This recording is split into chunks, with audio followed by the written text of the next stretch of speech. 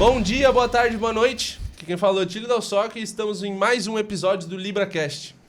Hoje a gente está aqui para ouvir uma história de um grande amigo meu e um grande empresário no ramo de leilão de máquinas online, né? Então, para isso, vamos ouvir as palavras de Marcelo Cozar. Marcelo, muito obrigado pela sua presença. Eu vou fazer uma introduçãozinha tua aqui. E como de praxe, eu tenho minha colinha aqui de quem você é, mas vou fazer. Enfim, o Marcelo é empreendedor, empresário, charuteiro e proprietário do grupo Via Máquinas. Eu conhecia mais do Via Máquinas o Usadão Máquinas. Depois, pesquisando um pouco, eu fui descobrir que existem várias vertentes do Via Máquinas, certo? E estamos aqui também com o Marcos Turella, CEO da Universidade da Cripto e é pai de 2 furacãozinhos. Marcelão, como está? Muito obrigado pela presença. É um prazer estar conversando com você hoje. Prazer, Lotílio. Como é que tá, Marcos? Uma satisfação estar com vocês aqui.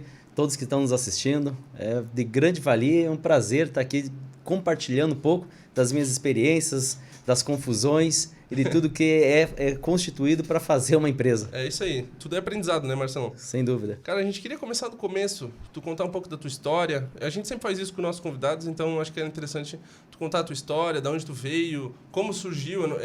Depois tu vai falar um pouco desse grupo, que é o Via Máquinas, né? Via Isso. Máquinas é o grupo. Tu vai falar um pouco de cada um, mas como surgiu o começo de tudo? Bom, então vamos começar pelo princípio, né? É isso aí. Me chamo Marcelo Cozar, sou natural de Curitiba.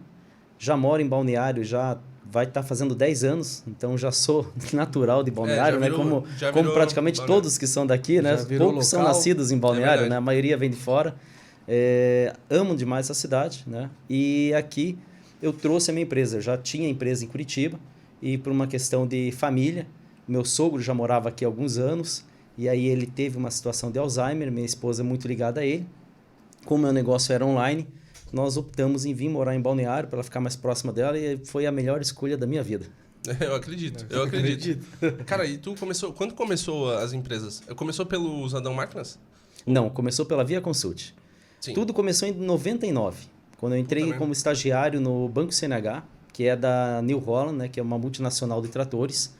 E lá eu fui saindo de estagiário, entrei na central de atendimento, depois fui analista de crédito, daí entrei no compliance, daí do compliance fui para a área comercial, passei para representante financeiro e quando foi em 2004, 2005, deu uma crise muito grande na agricultura e eu fui escalado para ser o gerente de remarketing, né? O que é isso? Uhum. É as máquinas retomadas, né, por inadimplência, eu tinha que pegar e dar fim nelas, tinha que fazer a recomercialização desses equipamentos.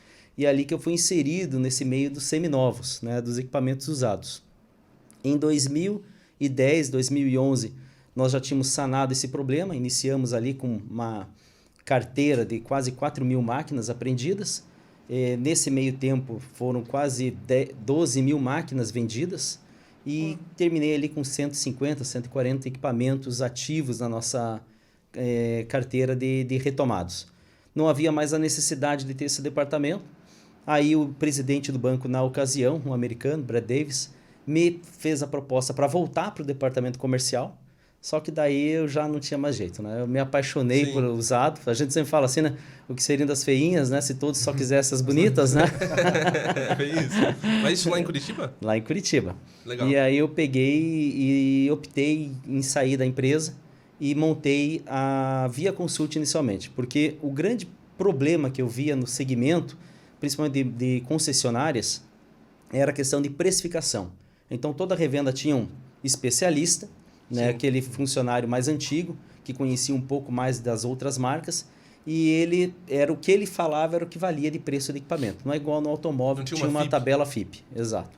Nas máquinas agrícolas não existia isso? Não existia. E quando eu assumi esse departamento em 2005, o remarketing, era um problema para mim, porque todas as vendas eu tinha que defender no comitê do banco. Então, lá tinha o diretor financeiro, o diretor comercial, o presidente do banco e o diretor de compliance, que é de auditorias. Esse valor para ti, então, não vinha definido? Você chegava ali e era você que achava um ponto naquela negociação? Exato. E aí que morava o problema, porque sabe da história da mulher de César, né?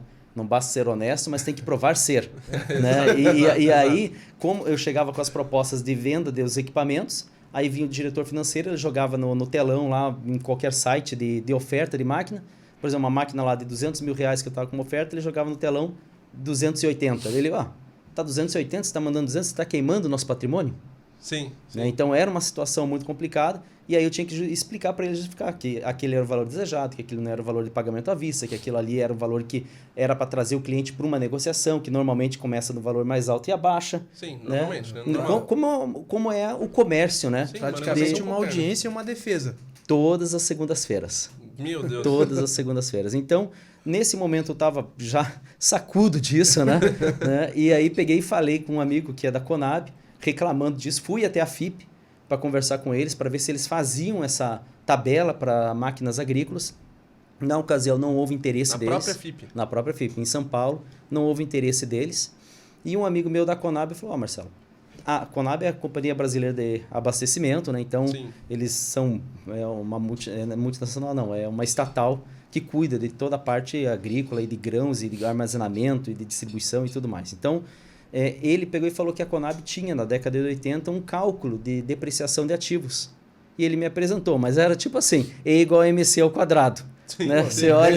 Na década de 80? Daí você olha aquele cálculo, tá, beleza, já é um começo. Peguei essa matriz, esse cálculo, e comecei a entender. E aí eu fui para cada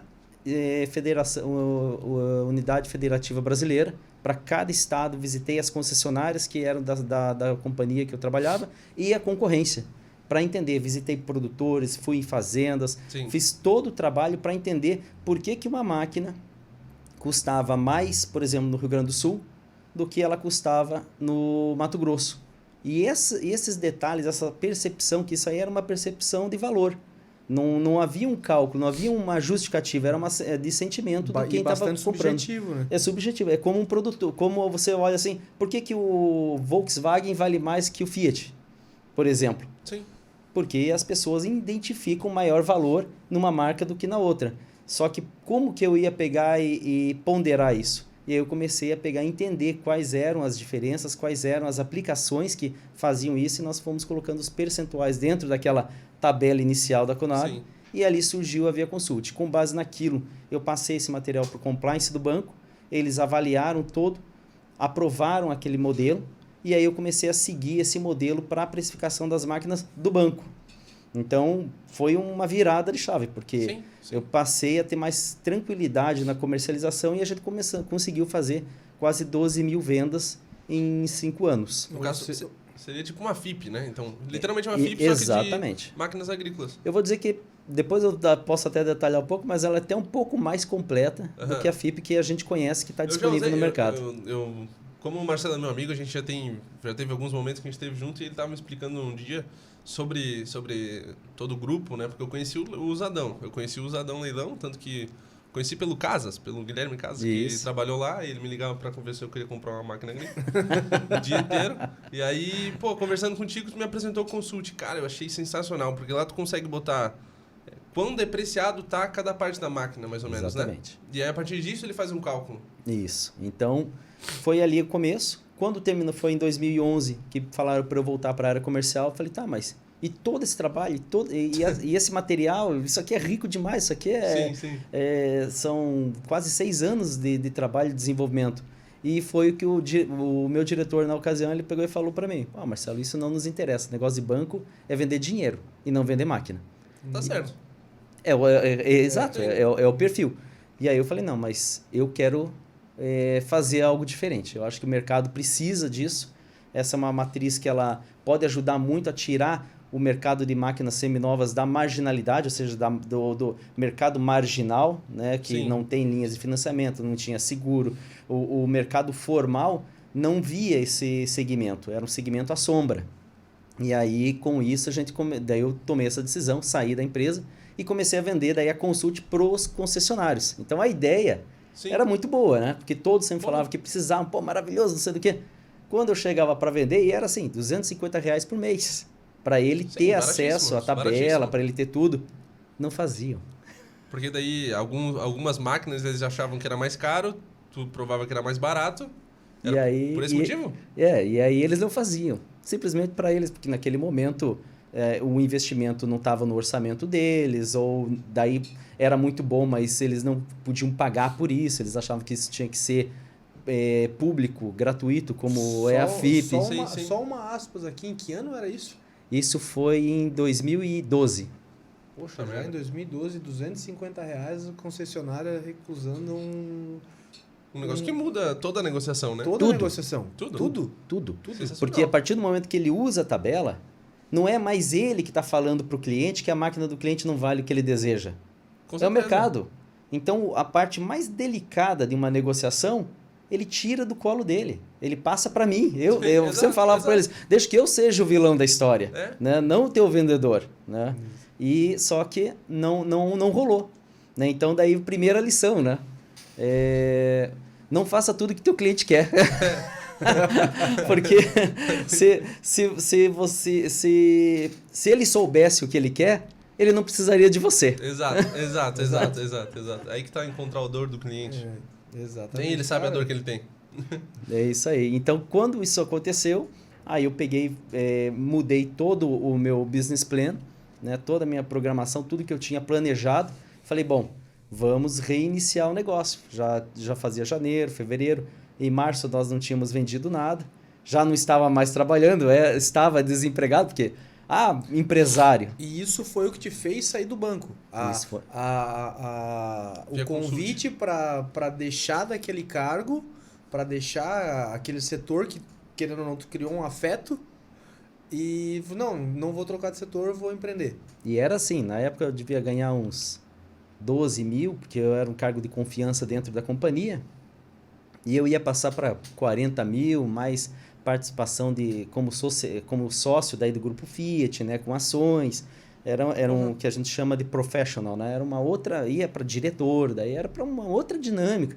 Né? Talvez hoje se eu tivesse aceito a promoção, eu estaria com 120 quilos e não conheceria vocês. É verdade.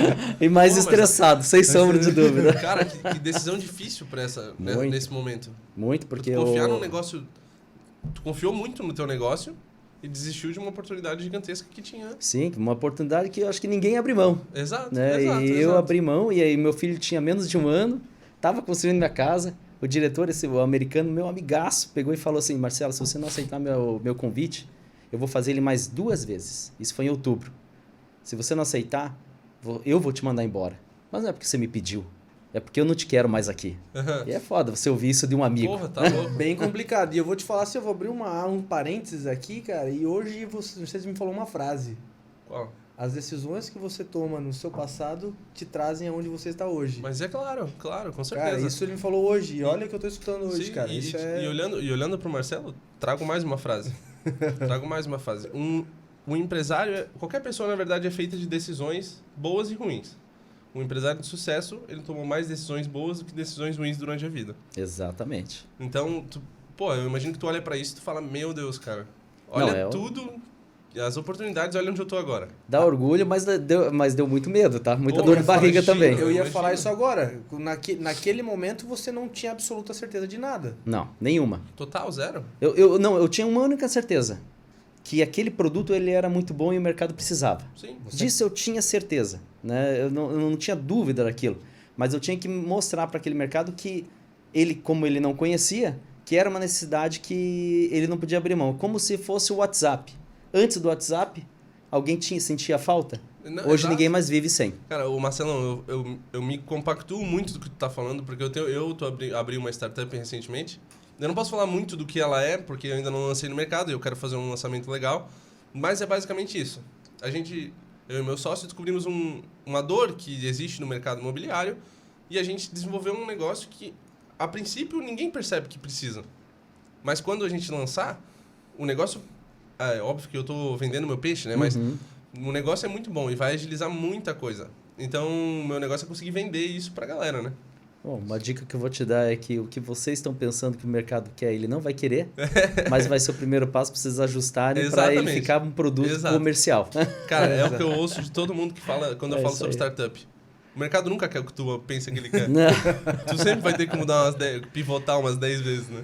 E aí que, estando lá, daí eu saí, ou seja, eu estava empregado numa multinacional, tinha uma certa estabilidade, né? Não era funcionário público, mas eu tinha uma estabilidade. Sim. E até estava falando que a multinacional era um pouco diferente das empresas familiares, né? Porque você não precisa necessariamente se dar bem com todo mundo para preservar o teu emprego, né?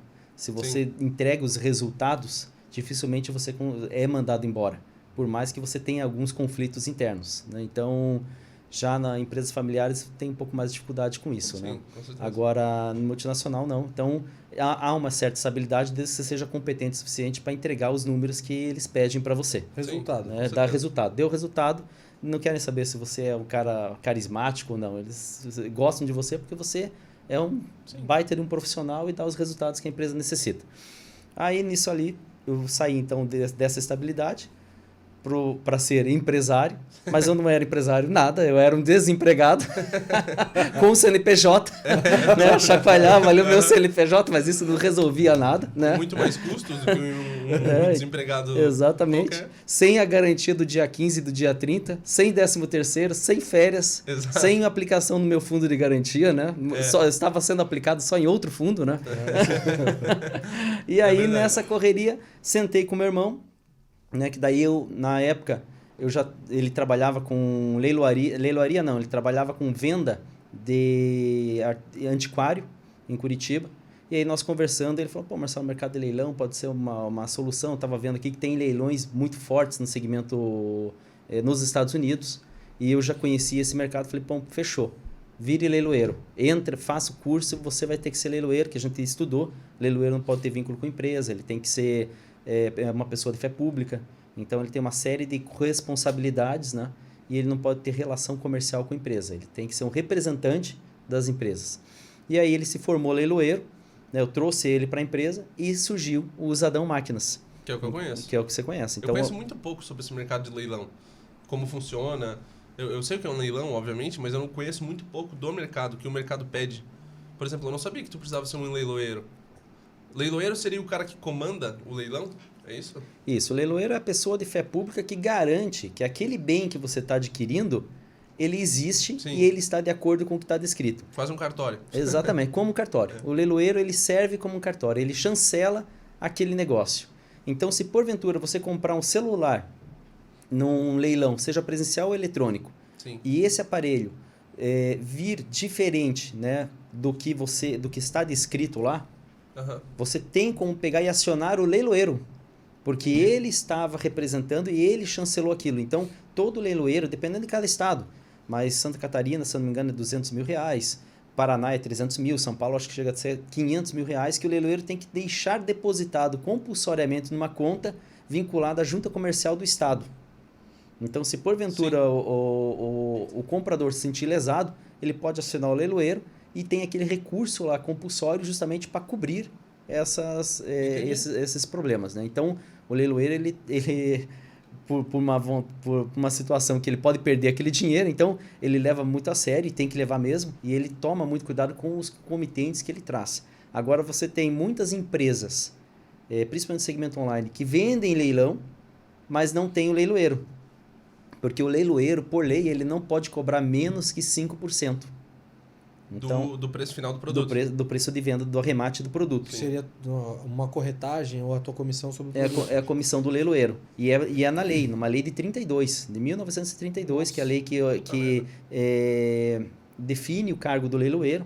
Então, o leilão não está vinculado ao Código de Defesa do Consumidor. Isso é muito interessante. O leiloeiro, na realidade, ele é uma pessoa física, individual, porém, ele responde publicamente. Exatamente. Ele tem fé pública.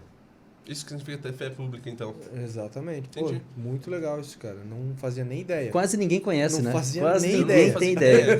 Se alguém me falar, eu sou leiloeiro, tá bom. Eu não sei o que é isso. Não, é uma pessoa de fé pública. Ele é um cartorário. Sim. Ele tem o mesmo poder, a mesma representatividade pública do que um cartorário. Ele, né, resumidamente... É concursado? Não é concursado, mas ele é homologado pela junta comercial e todo ano ele tem que entregar todos os negativos e documentos para poder ter o registro dele renovado anualmente. Entendi. Desculpa, Turela, eu te cortei. Não, tranquilo. Na realidade, ele é um cara que ele vai precisar... Ele seria o intermediário que vai garantir tudo que, exemplo, tá descrito nas características de um determinado produto. Toda a lisura do processo. Toda a lisura do processo. Ou seja, exatamente como está sendo descrito, como está sendo ofertado, condições, sejam imagens ou descritas por escrita, tem que estar de acordo. De acordo. E ele é o que avaliza aquilo. Ele é o que avaliza aquilo. Então, a pessoa que arrematou aquele equipamento, ela tem 2 momentos para ela questionar. Ela pode arrematar, ela ir lá olhar o equipamento, ela tem 48 horas para fazer o pagamento, então ela em 48 online, horas a partir online. Mas no presencial é porque a máquina está lá. Sim, exato. Mas eu digo que o presencial é até pior do que online. Porque no presencial, se você vai no leilão, quem conhece leilões, vai no leilão presencial, você não pode nem abrir o capô. Você não pode ligar a chave. Você olha o carro, por exemplo, se é um carro. Você não pode nem tocar nele. Porque é a regra do jogo, é a regra daquele leilão. Você está vendo ali o bem, mas você não pode ligar. Imagina, estou comprando um carro e ele vem sem motor. Exato. Eu tenho que acreditar no que o leiloeiro está falando. Isso. E aí, no caso ali, é dito. E aí o leiloeiro não tem nem laudo técnico no presencial, porque você está vendo. Isso você está comprando, então você está comprando o estado que se encontra. Caramba, então online vale muito mais a pena. E no online, como a pessoa não está presente, ela tem o laudo técnico, tem a descrição técnica, ela tem foto, ela pode ligar, ela pode pedir vídeo. É tudo que a gente fornece. Arrematou, 48 horas, daí é passado o endereço onde está a máquina e ele vai lá para ver a máquina. Se ele chegar lá e olhar, não está igual o que estava descrito, automaticamente todo o valor é devolvido para ele. Ele não tem custo nenhum. Que legal isso. Comissão, taxa, valor do principal, tudo é devolvido. E ele... Ok. E já aconteceu isso alguma vez com vocês? Acontece. Mas daí o que faz com a máquina daí? Não, a máquina não é do leilão, a máquina da concessionária. Sim. Mas aí o que eles fazem com essa máquina? Eles leilam de novo? Não, daí tem um contrato com a concessionária, né? Nesse contrato tem todas as partes de regras ali. Sim. Se tem uma divergência ali que ele não mencionou, né? A gente corrige isso e republica o equipamento, só que mencionando esse detalhe. Arrumando essa característica. Isso, por exemplo, você olha assim o conjunto de pneu daquela máquina, né? A gente fala em pneu de carro, não liga tanto, mas de máquinas de agrícola e de construção, custa muito caro, né? Um pneu ele vai custar R$12.000. Não, então, é algo que é expressivo numa máquina dessa. Aí, por dentro, está rasgado o pneu. Então, Entendi. Você olha por fora, você não vê. Mas aí o cliente ele vai olhar, ele olha por dentro, o pneu está rasgado, está condenado aquele pneu. Ele vai falar, não, eu não vou comprar porque não foi mencionado. Daí a gente pega e coloca no termo técnico lá. Pneu dianteiro esquerdo com rasgo tal, e vai bater a foto e publica. Perfeito. E existe alguma penalização? Porque daí aqui a gente já arrumou a questão do cliente, né? Uhum. Leiloeiro, cliente. Mas em questão daí do leiloeiro e o detentor da máquina, a concessionária, ou seja, quem ela tem alguma penalidade sobre isso? Não? Aí depende do contrato que você tem com essa empresa. Né? Porque daí é um trato da empresa de leilão com o comitente que está oferecendo o bem. Né? Eu sempre digo que a maior penalidade que pode ter é o cancelamento desse contrato. Sim. O cara tinha 100% da venda concluída? Sim. Mas quem faz...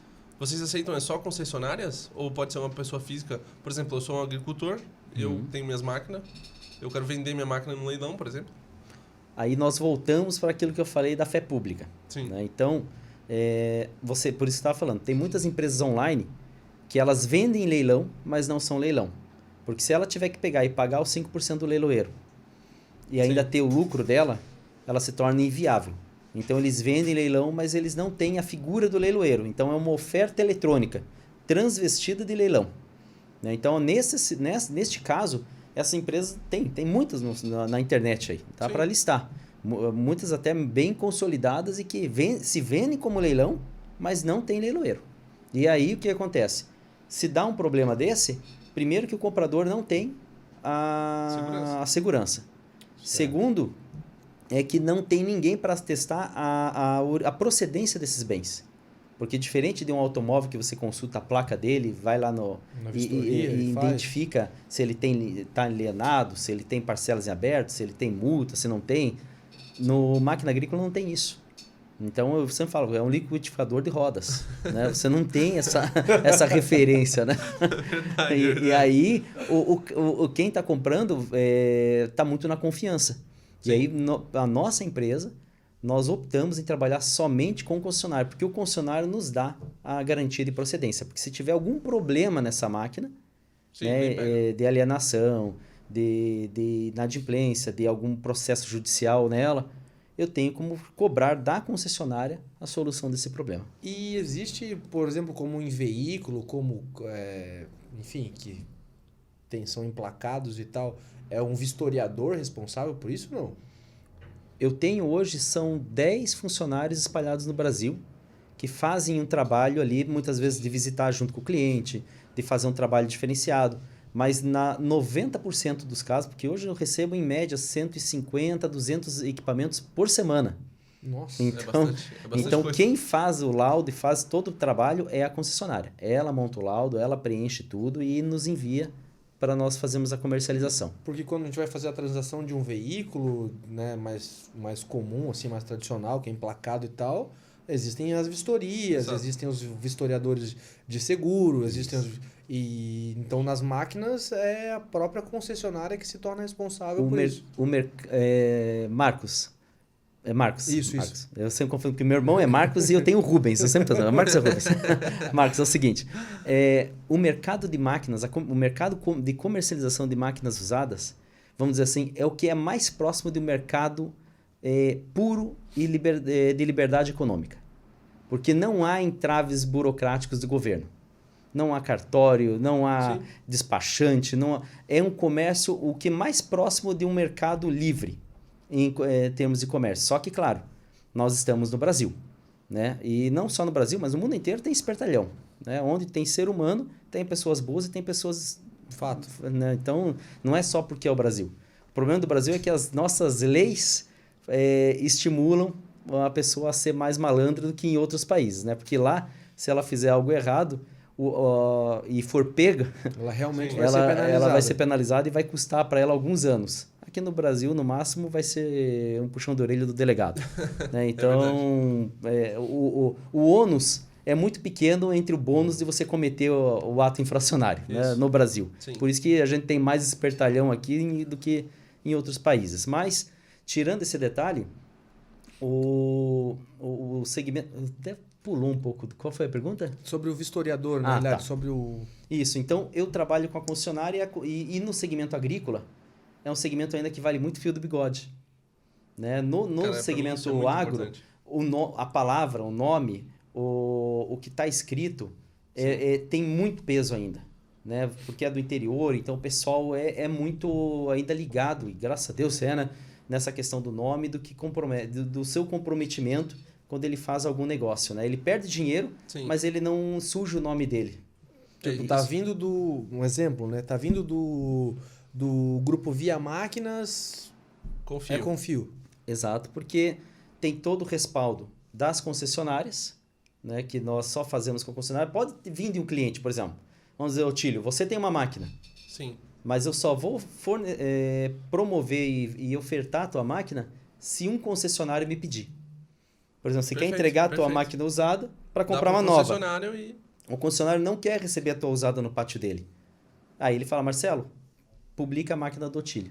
Aí eu publico, vendo, só que daí você vai ter feito uma carta, aonde você se compromete que você vai estar entregando aquele equipamento por aquele valor pré-acordado e que o valor da venda vai ser depositado na conta da concessionária como sinal da máquina nova que você está negociando. Porque isso acontecia muito de eu vender a máquina para você, esse exemplo, dou o dinheiro na tua mão e você não comprava com aquela concessionária que fez todo o trabalho para vender. Eu ia comprar do concorrente. Isso é sacanagem. Mais um aprendizado no meio do empreendedorismo. Isso.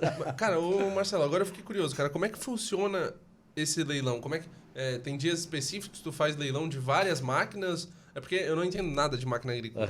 Eu sei que tem colheitadeira, tem trator, tem não sei pulverizador, tem tudo isso aí. Então, por exemplo, tu pega, sei lá, segunda-feira é dia de fazer leilão de colheitadeira. Aí tu pega todas, sei lá, um número X de colheitadeiras, tu faz esse leilão. Como é que funciona isso? Não, funciona pelo calendário agrícola. Então, tem. Então, nós temos, por exemplo, tem época de plantio, tem época de colheita, tem época de preparo de solo. E aí, naturalmente, esses equipamentos vêm. Porque o produtor, máquina agrícola, diferente de automóvel, ela é equipamento, não é veículo. Né? Por isso que não tem nem placa. Então, ele é um bem de... não é bem de consumo, ele é bem de produção. Ele serve para produzir. Perfeito. Então, quem compra uma máquina agrícola está comprando para produzir algo. Ou uma máquina de construção, no caso, para fazer uma rodovia, estrada, uma barragem. Então, são equipamentos de produção. E esses equipamentos, eles têm uma entrada maior na concessionária nesse calendário. Então, a época de colheita. O produtor vai atrás de colheitadeira. Sim. Então, se ele tem colheitadeiras mais antigas ou que já não estão atendendo as demandas dele, ele vai colocar, como é no automóvel, né? Sim. Vai colocar essa máquina como parte de pagamento de uma nova que ele está pretendendo comprar.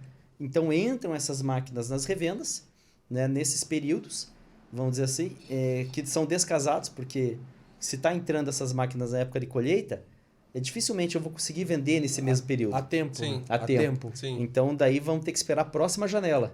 Então, é o tempo que a gente vai organizando. Então, os estoques nas concessionárias, quando eu entrei nesse segmento, era em torno de 6 a 12 meses um equipamento ficava no estoque da revenda. Para mim era um absurdo. Eu não conseguia entender isso, porque dinheiro parado. E deprecia, né? Deprecia. Virou o ano, ficou mais barato, né? Com certeza. Né? Automaticamente, tem uma máquina que está em funcionamento e você simplesmente para ela, estagna ela, para você botar ela em utilidade, ela vai ter, além da depreciação, o desgaste da própria máquina. Exato. E aí, como que resolvemos isso? Porque o Brasil é um continente, né? O Brasil é muito grande. Aqui não é cabe a Europa inteira dentro do Brasil. Né? Então, e diferente, por exemplo, dos Estados Unidos, que é tão grande quanto o Brasil, só que os Estados Unidos está no mesmo paralelo. Sim. O Brasil não. O Brasil está esticado. Então, você tem... Nós estamos na vertical, não estamos na horizontal. Exatamente. E aí, o que acontece? Enquanto o pessoal está colhendo no norte, ainda eles estão plantando no sul. Porque entendi, a planta, ela tem o ciclo dela. E isso não adianta, não natural, muda. Não natural. Muda. Até porque em Manaus, quando aqui é verão, lá é inverno. Lá é inverno, porque lá é o período de chuva, né? Exato. Então essa diferença deve ser bom. Sim, é uma diferença de 3 ou 4 meses. Então, por exemplo, a colheita, quando a gente fala o calendário agrícola, começou a colheita no Mato Grosso, vai começar a colher no Rio Grande do Sul só 3 meses depois. Caramba! Então, essa diferença dá a possibilidade da gente pegar as máquinas que estão entrando no Mato Grosso e vender para o Rio Grande do Sul. Sim. As máquinas que estão entrando no Rio Grande do Sul vender para o Mato Grosso. Então, e aí vem a questão da venda online. Porque sendo online, nós somos nacional. Nós somos até global, porque hoje a gente vende também para a América Latina, Paraguai, eu ia te perguntar sobre isso. Bolívia, né, Guiana, Peru. Então, os países que a legislação permite a entrada de usados, nós estamos lá dentro. Sim. Então, a gente consegue trabalhar nessa comercialização e baixamos... A empresa está fazendo 11 anos hoje, esse ano, né? Então, desses 11 anos, que era de 6 a 12 meses o tempo médio de uma máquina no pátio da revenda, a gente baixou para 3 meses. E na grande maioria, se eles usam a tabela Consult, se eles usam os valores que estão ali, em 30 dias a gente vende as máquinas. Caramba. Então, o giro da concessionária aumentou muito. Sim, e hoje a Consult ela é gratuita. Ela é gratuita, ela é pública, sim, mas existe a plataforma, vamos dizer, eu sou um produtor, eu quero ver quanto que custa o meu trator. Então, eu vou entrar ali e vou fazer uma consulta. Isso, igual faz o FIP. Igual faz o FIP. Se eu tenho 3 tratores, eu vou ter que fazer 3 consultas, certo? Eu vou ter que usar 3 dias porque é limitado em uma consulta dia. Perfeito. Agora, se eu sou um concessionário, eu vou ter que fazer muitas consultas ao dia, aí ele vai comprar o plano. Isso. E nesse plano, aí ele tem consultas limitadas, ele consegue ver aplicar a depreciação, ele vê o valor de atacado e varejo. Então tem uma série de fatores ali. Eu imagino que esse custo para ter tudo isso seja muito baixo, né? Deve ser coisa de... Quanto custa para o cara ter esse, vamos dizer, o Via Consult Pro? Então, eu falei, eles não queriam pagar os R$250, né? Então, o que eu fiz? Daí virou grupo Via Máquinas. Perfeito. Porque a gente começou com a Consult, aí entramos no leilão, daí nós vimos que havia uma dificuldade deles de gestão. Configura para nós essa escala, então. Foi o grupo, o primeiro primeiro de tudo em que encabeçou o negócio... A Consult. Via Consult. Depois veio o leilão. O que é o... Usadão Máquinas. Tá aí, ó. Que é a Via Máquinas, né? Que as 3 setas são o concessionário, nós e o nosso cliente final, o comprador. Então é por isso das 3 setinhas. Então vem a Via Consult, vem o leilão, e aí nós percebemos mais um gargalo nas concessionárias. As fábricas, elas dão para os concessionários o sistema próprio, financeiro, de faturamento, de peças, de gestão. Toda a parte de software, quem fornece são as fábricas. E a concessionária só tem os treinamentos e utiliza. Só que usados, é interessante isso, apesar de 60% na questão de tratores e 80% na questão de colheitadeiras entrar usado, Sim. As fábricas não entendem que usado é um negócio que elas têm que se preocupar. Caramba, elas estão perdendo dinheiro, não então. Prestaram atenção nisso. E já conversei com muitos fabricantes, com todo mundo, e eles não conseguem entender que o usado faz parte tem que fazer parte das políticas deles. Com certeza. Só que, 60% das máquinas novas que eles vendem entre usado, aquela fábrica que tem um suporte adequado para o usado, para a rede concessionária dela, ela vai ter um giro mais rápido, ou seja, ela vai ser mais eficiente. Sim. Bom, mas essa é a questão estratégica de cada um. Não dá essa dica pra eles, senão perde teu negócio, Marcelo. Não me preocupe com isso, não. Faz 11 anos que eu tô falando isso pra eles, eles não ouviram? Agora que não vão ouvir. E aí, o que acontece? E eles não dão, como eles não entendem que é um negócio deles, eles não dão suporte nenhum para isso. Como que os concessionários resolviam o negócio de gestão desse estoque de máquinas deles? E não estamos falando de pouca coisa. Tem revenda que tem 30, 40 milhões em máquina parada no pátio. Porque uma máquina agrícola é muito caro, né? Elas já foram, vamos dizer assim, mais baratas. É que a tecnologia embarcada é uma loucura. Depois eu vou entrar nesse detalhe. Isso. Né? Mas é uma delícia de falar isso e de ser brasileiro. Porque quando a gente fala da agricultura e fala do Brasil, nós estamos falando do que é de melhor no mundo. Não, o Brasil é muito forte na agricultura, né? Eu acredito que é o que deixou a gente positivo. Com certeza. Exato. Se não fosse agricultura, olha, estaria a situação muito ruim. Com certeza. Bom, voltando. Então, eles tinham esse problema. O que nós fizemos? Fizemos o CRM, que é o SGD. Sim. Então, o sistema de SGD é um CRM. É um CRM. Então, ele gerencia todo o estoque do concessionário. Por ali, ele consegue ver tempo médio de estoque, depreciação do ativo, ele consegue ver custo de oportunidade. Então, ele tem uma proposta de venda à vista, ele tem uma proposta de venda a prazo. Ele joga a venda a prazo, joga o valor que ele vai receber de juros, e na venda à vista ele aplicar no CDC, por exemplo, numa aplicação. Ele consegue ver quanto que ele vai ganhar no final do ciclo e quanto que ele vai. Então, é um sistema de gestão mesmo, onde ele toma as decisões na hora dele vender o usado dele. Muito legal. Então, Isso saiu quando? O SGD ele já tem há uns 6 anos. É? Mas ano passado nós remodelamos ele inteiro e hoje ele está em aplicativo. Porque eu estava vendo a tua apresentação ali e eu tinha visto que era 2020. Isso, porque daí agora ele é aplicativo. Agora então foi remodelado, foi reestruturado. Foi reestruturado. Perfeito. Ele havia como um gestor dentro do site. Entendi. Mas... agora ele tomou uma parte, ele separou, vamos dizer. Separou. Agora é uma coisa e o usadão é outra, por exemplo. Exatamente, viraram produtos separados. Esse é específico para o concessionário. Para a gestão do estoque dele. Perfeito, cara. Se não tem... Meu Deus, então eu imagino que o concessionário te ama, Marcelo. Alguns! Nem todos. Se eu que não sou concessionário, já tô aqui, porra, Marcelo. Mas é o amor hétero. Exato. E aquela ali, Marcelo? Via com Seguros. Esse é vamos dizer assim, o nosso bebê, né? Mas já tá fazendo 1 ano e meio, que é a nossa seguradora. Perfeito. Seguradora não, corretora. Então, nós hoje somos uma corretora de seguros, porque nós víamos que todo mundo que comprava as máquinas, principalmente as nossas máquinas, hoje vendemos em torno de 150 a 200 equipamentos mês. Somos a maior empresa no Brasil de comercialização, no Brasil e América Latina, em comercialização online de máquinas. Então, é bastante coisa, somos bem disparados à frente disso. E em é Balneário Camboriú. Em Balneário Camboriú. A maior empresa. Eu pensei nisso agora há pouco. O que aconteceu? Tipo assim, vende-se máquinas agrícolas numa cidade de praia. Exato. A central da empresa, do grupo Via Máquinas, ela é na praia. Na praia.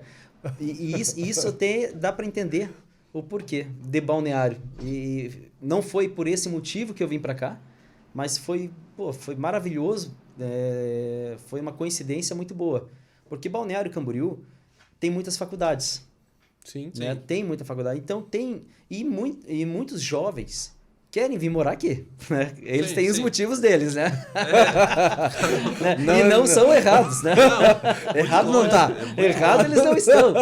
Só que o que acontece? Então são jovens, muitas vezes de classe média, são jovens até de classe alta, né? Que tem já apartamento aqui, porque você sabe o custo de vida em Balneário não é barato, aqui é o mesmo nível que em São Paulo, em termos de custo de vida, de noite e tudo mais. E aí, o que eles vão fazer? Os pais deles lá estão bancando eles. Pô, mas eu vou ficar bancando esse marmanjo, né? Ou essa marmanja, né? Todo esse tempo. E se você olhar a questão de emprego em Balneário, não tem muita opção. Ou você está no comércio ou você está na parte de restaurantes de serviço. Sim. Então, é muito limitado. E quando eu vim com a Via, para mim foi fantástico, porque eu tenho um potencial intelectual maravilhoso, né? Tem muita gente competente e qualificada, e que não estava sendo bem utilizado. E aí, quando eu abro seletivas, eu consigo trazer pessoas que talvez em São Paulo houvesse aí uma briga por esses profissionais e que eu não tenho aqui. Eu já fui lá na tua empresa algumas vezes, acho que umas 3, 4 vezes, e eu já percebi que a maioria das pessoas que estão lá são mais jovens. Uhum. A maioria são jovens. Tanto que o Mano assumiu um cargo de respeito lá na empresa e ele nosso gerente de TI. Tem minha idade, cara. E ele foi... Então, eu quero te perguntar isso. Tu prefere pegar alguém que é jovem e com pouco conhecimento e estruturar essa pessoa, aprimorar essa pessoa para ela assumir um cargo de importância dentro da empresa, ou tu prefere pegar um cara marmanjo de mercado para... Não, eu prefiro sempre os jovens. Né? Por um detalhe. O jovem eu consigo pegar e moldar ele no modelo da empresa. Quem já é do mercado, principalmente no mercado de máquinas, ele vem com os vícios do mercado. Sim. O mercado tem alguns vícios, né? Tem algumas práticas que eu não concordo. Como todo mercado, Como todo mercado, mas principalmente esse porque a questão online dele ainda é muito nova. E o nosso, vocês verem, fazia de 6 meses a 12 meses que ficava uma máquina parada. Exato. Nós mudamos de 9 a 1 mês. De 90 dias a 30 dias, né? E você possibilitou um negócio que era totalmente, poderia até falar assim, municipal ou regional para nacional e internacional. Exatamente. Tava, ultrapassando fronteiras, né? Exato. E porque é online. Porque é online. Porque o online não tem fronteira. Então você vai expandindo, você vai crescendo e você consegue. E aí o jovem ele é mais flexível nisso. Então o que acontece, né? E eu vejo muito disso. O Brasil, a mão de obra brasileira é a mais cara do planeta. Né? Então, isso aí tem estatísticas, tem tudo, tem valor, tem números ali, é uma loucura. Por quê? Não é que o funcionário brasileiro ganha bem. Muitas vezes não ganha. Mas o empresário, o empreendedor, ele desembolsa muito. Sim. Porque para cada R$1 que o funcionário ganha, o empresário tem que colocar mais R$1 para custear os benefícios sociais. Né? Estamos falando de 13º, estamos falando de férias, estamos falando do fundo de garantia, estamos falando do INSS. Né? Então, esses benefícios sociais são, na verdade, benefícios para o Estado, não para o funcionário. Porque se eu podia pagar, por exemplo, pago para um funcionário meu R$3.000, eu podia pagar, eu desembolso 6. Exato. Eu desembolso 6 por mês. Fácil. Então, não é que eu estou pagando pouco, eu estou pagando muito caro. Porque eu estou pagando 6 mil para uma pessoa que não tem, muitas vezes, a preparação, a qualificação. Ela está ganhando como um gerente e ele é um assistente. Sim. Exato. Então, e aí se você... agora eu vou pagar para um gerente 12 mil salário, que seja, 10 mil salário de um gerente. Eu vou pagar 18 20. Fácil. Eu vou pagar 20. 20 Pô, fácil. 20 mil vezes 12 meses são 24 mil. Não, 240 mil. 240 mil que eu tenho que pagar no ano. Quanto que eu tenho? E aí se eu tenho 5 gerentes e 40 funcionários ganhando 3 mil cada funcionário, 10 mil cada gerente, qual é o tamanho da minha folha? Quanto que eu tenho que fazer, que tenho que produzir para bancar essa folha? Não dá. E a outra ponta, né, que é o teu funcionário, teu colaborador, ele acha que teoricamente, ele está recebendo só 50% disso. Isso. Ele acha que ele acha que está ganhando pouco. Sim. A empresa está ganhando muito e ele está ganhando pouco. Exato. Porque esses benefícios sociais, o funcionário não entende que é a empresa que paga. Ele acha que é o governo que está dando. Exato. Eu vou levantar 2 pontos aqui. Cara, eu conheço muita empresa, hoje a gente trabalha com fomento mercantil, então a gente atende muita empresa grande, certo? E essas empresas grandes, cara, elas têm... Vamos dizer, a gente atende uma empresa que ela tem 1.000 funcionários. Cara, imagina a folha salarial pro cara que tem 1.000 funcionários. O cara tem que fazer uma desmembração ali junto com a contabilidade para conseguir pagar menos. E aí, consequentemente, o funcionário dele, o colaborador, recebe muito menos, né? Então, se tivesse menos imposto sobre isso, se fosse mais maleável essa coisa, a empresa pagaria menos e o colaborador ganharia mais, automaticamente. E agora eu quero puxar uma frase do Fernando Urrich. Conhece esse cara? Sim. Fernando Urrich. Se tu acha que o Brasil tem pouco imposto, por que tu não doa metade do teu salário pro governo? Exato. Já faz, né? Quase 5 meses do ano. 5 meses do ano. 5 meses do ano você paga impostos. E aí vem a pergunta, mas tem muito jovem na minha empresa. Sim, e só dá para ser. Porque o jovem, o universitário, ele ainda está morando com os pais. Ele não tem uma família. Não tem as 2 filhas. Exato. Ele não o jovem não tem as despesas que um homem ou uma mulher formada tem. Exatamente. Ele não tem as responsabilidades. Então, eu consigo pagar um salário que caiba dentro do perfil da empresa, né? Do que a empresa pode pagar, e vai atender bem esse jovem. Isso. Agora, quando a pessoa ela começa a atingir um nível de maturidade, ela já está formada, e o que está acontecendo hoje na minha empresa? Eu estou entregando esses profissionais para o mercado. Então, já são 6 funcionários meus que hoje estão trabalhando em concessionárias. Agora, preparadíssimos. Mato Grosso, uma das maiores concessionárias do Mato Grosso, né, que da marca John Deere, é a Aster, um grande amigo meu. John Deere é famosaça. Maior no Brasil. Aquela verdinha. Isso. É o verdinho, né? Ele pegou um funcionário meu que estava lá, contratou, até me ligou, Marcelo, eu não aliciei ele, não né? Tô te roubando. Eu falei, não, mas é isso. Eu sinto prazer nisso porque eu vejo que eu estou dando uma perspectiva e um futuro para esse jovem que estava aqui perdido em Balneário, né? Muitas vezes sem saber o que ia fazer. Agora ele está lá vendendo máquinas de 2 milhões de reais no Mato Grosso. Ou seja, ele é um profissional altamente preparado e qualificado, e que daqui a pouco ele vai virar um gerente, vai virar um diretor.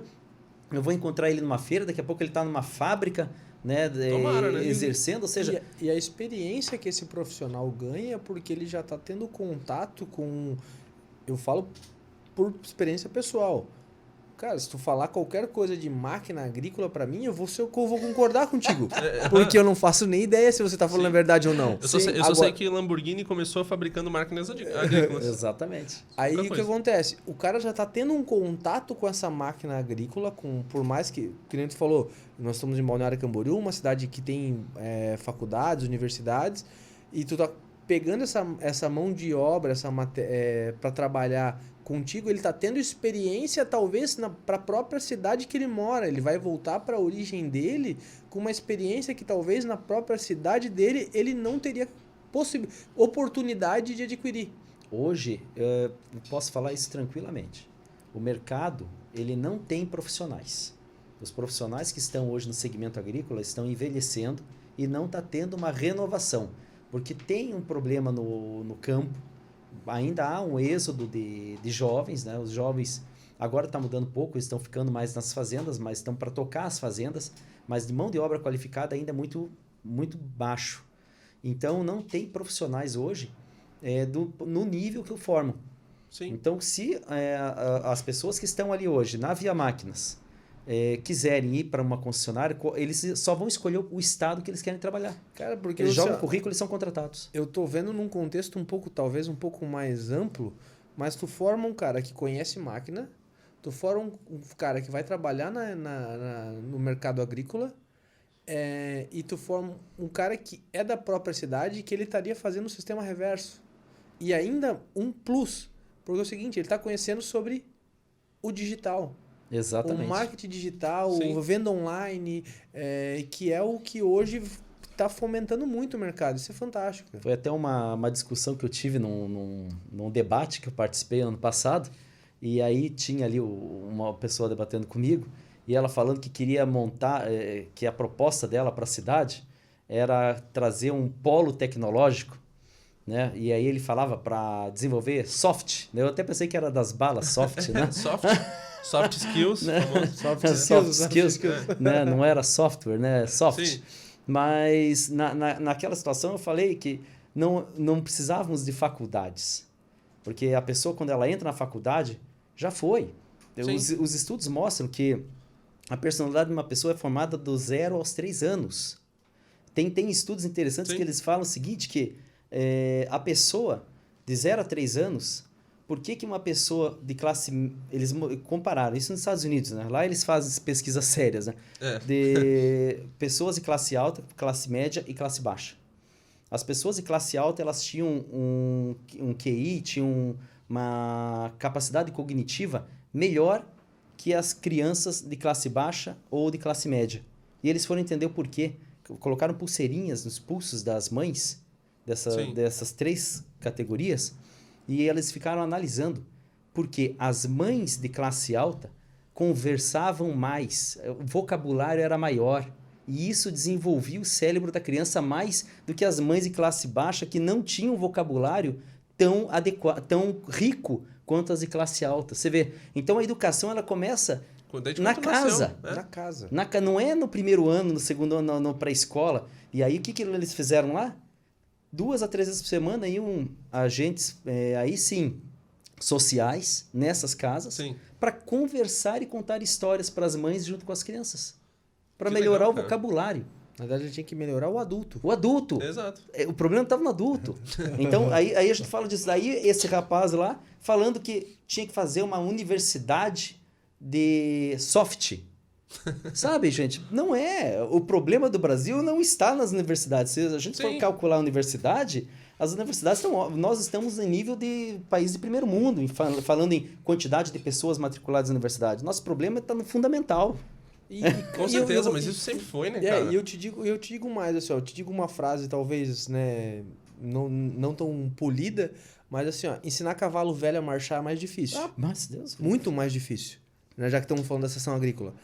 E eu e o Otílio somos estudantes ainda, né, somos universitários, e eu tenho um projeto sobre ativos digitais. Que hoje está, né, na boca de todo mundo. Hoje até o gato da vizinha fala de Bitcoin. De Bitcoin e criptomoeda. E nós andamos num meio que é conhecido como escola de negócios, onde nós temos comércio exterior, administração, contabilidade e... É isso. Não, acho que tem mais uma, são 4, se eu não me engano. Mas, enfim. Logística. Logística, fechou. E, cara... Nós não conversamos sobre ativos digitais hoje, numa escola de negócios. Eu vou um pouco além. A escola de negócios fala muito pouco sobre negócios. Fala muito pouco sobre negócios. Sobre realmente como... Cara, eu se não fosse minha experiência no mercado e tal... É porque eu acredito que muito da minha formação intelectual venha pelas pessoas que eu ando, converso e pelo conteúdo que eu assimilo. Aspas, pelos seus adultos. Pelos seus adultos. Mais ou menos isso. Só que na escola de negócios, se fosse dependendo daquilo, eu não ia saber abrir uma empresa. Eu não ia saber nada. Ontem zero. Eu tava falando isso. Até eu tava fazendo ginástica ali, tava conversando com um colega ali da academia.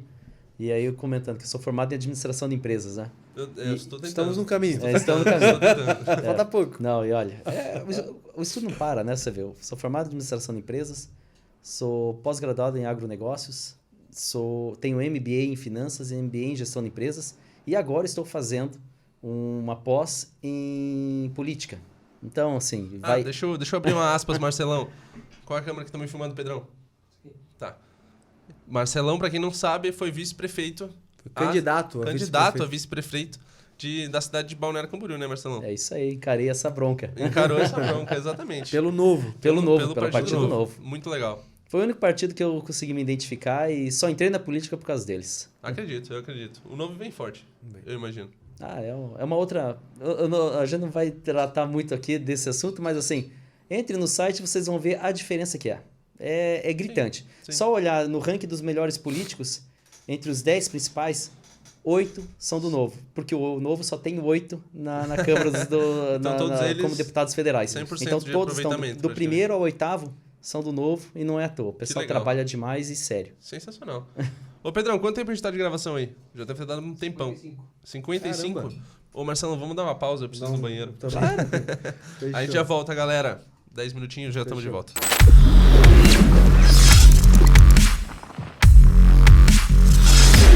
Então, voltamos aqui, depois do intervalo, para todos irem no banheiro e fazerem as suas necessidades. Voltamos aqui firme para continuar a nossa conversa, que está sendo sensacional até o momento com o Marcelão.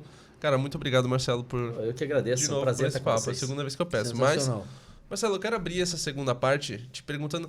Porque, cara, a gente olha o mercado hoje, por exemplo, o preço de carro subiu, o preço de moto subiu, o preço de alimentos subiu. Como é que repercutiu isso no mercado agrícola? Carro seminovo nunca foi vendido tão caro. Exato, cara. Porra, tem carro que estão vendendo a 30% da FIP, por exemplo. A FIP é tua hoje. Como é que funciona? Como é que tá esse mercado de máquina agrícola? Apesar que, assim, eu ontem até estava falando com isso com alguns colaboradores ali da empresa, que nesse momento eu estou o dono, mas eu não sou o dono. Né? Porque... não é meu propósito ficar velho atrás de um balcão com a minha foto na parede, no corredor de entrada, sabe? Não é esse o meu propósito. Meu propósito é crescer a empresa a um tamanho que ela consiga se tornar autossustentável, daí vai para o mercado, daí eu vou fazer o IPO dela. Perfeito. E aí, no máximo, que eu vou ser um conselheiro. Né? Então, é o ramo que meu pai está seguindo, por exemplo. Exato, é o caminho. Porque daí a gente... Porque, no final das contas... Se fosse por dinheiro, sabe, Tílio? Eu já tinha parado de crescer há 3 anos atrás. Exato. A questão, se fosse, o meu propósito é o dinheiro. Primeiro, nem tinha feito a empresa. Porque não, aceitava a proposta que eu tinha lá, virava diretor lá no multinacional, ele tava de boa. Não era isso, né? Mas era a questão social realmente, né? Você pegar e fazer algo a mais, né? Porque se nós viemos ao mundo... entre bilhões de espermatozoides, né? Era um óvulo, mas bilhões de espermatozoides. E nós fecundamos e nós chegamos aqui, nós temos que fazer algo a mais. Né? Eu acho que há essa necessidade. Né? Até tenho funcionários ali na empresa que são evangélicos e eles fazem ações sociais e tudo. Eu acho isso tudo, ajudo sempre que possível, mas eu sempre falo assim, primeiro se ajude, para depois poder ajudar o próximo. Sim. Cara, eu acho que é uma regra que todos deviam seguir. Se ajuda para depois ser ajudado. Por exemplo, a regra do... Ajuda para depois ajudar, né? Se ajuda. Se ajuda para depois ajudar os outros. Sim. É a regra da equipe de bordo, né? De um avião, né? Quando o cara pega o estatuto dele lá, ele tem que primeiro botar a máscara nele para depois botar no outro. Exato. Sim. É fato. E na vida tem que ser assim. Você não pode ter medo de falar, não, eu tô aqui, eu tô fazendo isso aqui pro meu benefício, para eu ficar numa condição boa, ficar confortável, poder ir no restaurante que eu quero, tá com as minhas contas em dia. Autovalorização. Pô, peraí, isso é feio? Isso é errado? Não é errado, isso é certo. Mas no Brasil a gente tem a cultura de achar que isso é errado. A gente tem a cultura de olhar para alguém que deu certo na vida e falar, porra, olha ali o boy, sei lá. Olha ali o cara, pô, tá rico agora? Tipo, como se fosse uma coisa ruim. O de sapatênis, né? Pô, tá usando sapatênis. Como se fosse uma coisa ruim. Eu penso exatamente o contrário. Eu acho que um cara ser bem sucedido na vida, ele é um exemplo. Porque a filantropia, ela só parte de quem tá bem sucedido. Sim. Né? Porque você tem 2 formas. Né? Ou você espera a ajuda do Estado, que nada mais é do que o dinheiro do pagador de imposto revertido. Né? Então, para poder ter esse dinheiro... intermediário. O Estado é o intermediário caro pra caramba. Né? Então, vamos dizer, de 100% que o Estado recupera, ele passa 5% pro povo e o resto ele usa para manutenção da própria máquina. Né? O Estado inchado, pesado, ineficiente. Então, você tem esse meio de suporte e você tem a filantropia, que é do empresariado. Um exemplo ali, eu posso falar da minha empresa, né? O que eu faço, primeiro, são jovens que entram ali. Na maioria já cursando faculdade. A maioria já iniciando ou já no meio de um curso universitário. Mas se a pessoa não tem um curso universitário, é 2º grau completo, e eu vejo que ela tem um potencial, eu contrato. Mas no dia da contratação tem um acordo verbal Mas eu sigo sigo a risca e aplico e já apliquei algumas vezes. A pessoa tem 1 ano para entrar na faculdade. Sim, ela tem que entrar. Sim. E eu pago a faculdade. Então, a empresa paga a faculdade para ela, mas ela tem que entrar. E ela tem que se formar. Cara, isso é muito legal. Inclusive, a questão de promoções estão atreladas a tempo de empresa e formação. Então, porque eu acredito que a única coisa que muda uma sociedade é o estudo. Não tem outra forma. Não tem outra forma. Então, mas eu vou ficar esperando que o governo faça isso? Se eu acredito nisso, eu vou aplicar isso. E por isso que eu aplico isso na minha empresa. Então, ali na minha empresa, felizmente hoje, 90% do meu quadro está na faculdade, ou já está formado, ou já está pós-graduado. Né? E quem não está é porque tá com tem menos de 1 ano de empresa e ainda não entrou. E se não entrar, por melhor que seja, terminou o primeiro ano, eu vejo que não entrou, eu rescindo o contrato. Porque Perfeito. A pessoa não se ajuda. Sim. Se ela não está se ajudando, como que eu vou ajudar ela? Você está ofertando a ela o custo dessa faculdade é seu, o investimento da faculdade é seu. Ela só tem que se dedicar. Ela só tem que... Exato. Mas tem muita gente que não quer se dedicar, né? Então, me ajuda a te ajudar. Me ajuda a te ajudar. Exato. Então, é nisso que eu acredito, né? Tem o pessoal hoje fala muito em direitos, né? Os meus direitos. Gente, se vocês forem olhar nos mandamentos que Deus deu para Moisés, tem direito ali? Ali são 10 deveres. Mandamentos. 10 deveres. 10 deveres. Não, os 10 Deus não escreveu um direito. Sim. Porque o direito meu termina quando começa o seu. Isso é fato. Então tem algumas coisas que isso vem da Talmud, né? Porque da família da minha mãe é ucraniana judia. Né? Então eu brinco, eu sou mais brasileiro de todos, né? Porque a minha mãe é de família judaica, ucraniano-judaico. Meu pai é de família libanesa. Né? Daí, quando minha mãe se apaixonou pelo meu pai, a família da minha mãe não aceitou essa relação. Tanto que, quando a mãe foi comigo no colo, meu avô pegou e falou para ela sair com aquele negro de dentro da casa dele. Sério? Sério. Caramba! Né? Então, não aceitou em hipótese alguma. E para dar aquela misturada, então eu sou quase a faixa de Gaza, né? Vive no meio libanês e judeu. E para dar uma temperada ainda mais, casei com uma alemã. Meu Deus. Então é uma então, fusão de culturas. Meu filho, ele é judeu, ele é libanês, ele é alemão. Ele é o mais puro brasileiro. Não tem como... É verdade, porque o brasileiro é bem cara, isso. É bem isso. Então, e aí eu levo muito da Talmud, né? Que é o livro dos mandamentos. E tem muita coisa muito legal ali, porque o que é a Talmud, né? É a atualização dos mandamentos. Né? São 613, né? 13 mandamentos positivos e 80 e poucos negativos. Cara, onde que eu vi isso? Foi num podcast do Flow, junto com o Thiago Nigro, que eles estavam falando disso. O Thiago Nigro, ele estudou, eu acho que... Ele teve uma parte ele entrevistou um rabino. Exato. E esse rabino passou... Claro, ele é amigo pessoal desse rabino, acredito eu hoje, e ele passou todo esse conhecimento, é onde ele passou. Talmud. Talmud é onde é que ele tem... Que é encontrado dentro das sementes de romã, enfim, tem toda uma... E daí as sementes somam 613, não 613 exatamente, mas é sempre perto disso. E é interessante que ali, então, isso aí foi escrito junto com a Bíblia, né? O Velho Testamento, que é a Torá, né? No caso dos judeus. E é muito legal porque ela traz para você situações do dia a dia e de comportamento e regras. Sim. Sim. Não há direitos. Existem regras, né? Por exemplo, né? Rapidamente, que você tá lá escrito no Talmud, daí você traz pro cotidiano, né? E é por isso que ela é tão viva, porque há essa discussão entre os estudiosos, entre os rabinos, entre os estudantes da Talmud, da Torá, e há essa modernização dela. Ela não ficou parada no tempo há 2000 anos atrás, ela segue atual. Então tá lá, tem um campo de trigo, e você chega lá no campo de trigo, um lado do campo de trigo já foi colhido, mas tem grãos que ficaram no chão. Sim. E do outro lado, ainda não foi colhido. Então você entende que, qual é o primeiro pensamento? Não foi colhido porque a pessoa, provavelmente ela colheu aquele lado. Vai colher esse ali depois. Foi levar o fruto da colheita dela para o silo, para o lugar lá, e daqui a pouco ela vai voltar para colher aquele pedaço. Sim. Mas este pedaço que ela não colheu tem grãos no chão.